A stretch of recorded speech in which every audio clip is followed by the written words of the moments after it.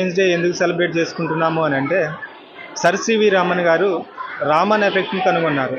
అసలు రామన్ ఎఫెక్ట్ అంటే ఏంటి అని అంటే it's a phenomenon when the light is scattering into a molecules, the light when the wavelength is changing as well as frequency also changing. అంటే light అనేది scatter అవుతుంది అని చెప్పి సివి రామన్ గారు 1928 ఫిబ్రవరి 28న కనుక్కోవడం జరిగింది. అందుకు గాను అతను కనుక్కున్న రామన్ ఎఫెక్ట్కి మనము అతని గౌరవార్థంగా నేషనల్ సైన్స్ డే ఫిబ్రవరి 28న జరుపుకోవడం జరుగుతుంది. అంటే లైట్ అనేది స్కాటర్ అవుతుంది, స్కాటరింగ్ వలన వేవ్ లెంత్ చేంజ్ అవుతుంది, ఫ్రీక్వెన్సీ చేంజ్ అవుతుంది అని రామన్ ఎఫెక్ట్ ద్వారా సివి రామన్ గారు తెలియజేయడం జరిగింది.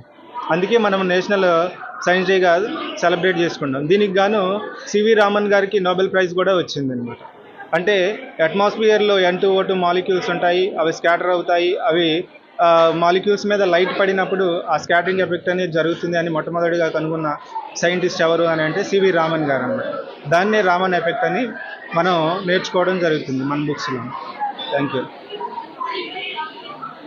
సైన్స్ డే ఎందుకు సెలబ్రేట్ చేసుకుంటున్నాము అని అంటే సర్ సివి రామన్ గారు రామన్ ఎఫెక్ట్ని కనుగొన్నారు.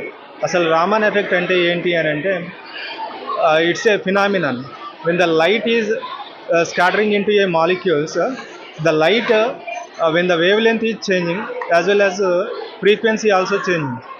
అంటే లైట్ అనేది స్కాటర్ అవుతుంది అని చెప్పి సివి రామన్ గారు 1928 ఫిబ్రవరి 28న కనుక్కోవడం జరిగింది.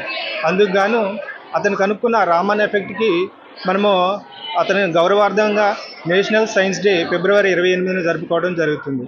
అంటే లైట్ అనేది స్కాటర్ అవుతుంది, స్కాటరింగ్ వలన వేవ్ లెంత్ చేంజ్ అవుతుంది, ఫ్రీక్వెన్సీ చేంజ్ అవుతుంది అని రామన్ ఎఫెక్ట్ ద్వారా సివి రామన్ గారు తెలియజేయడం జరిగింది.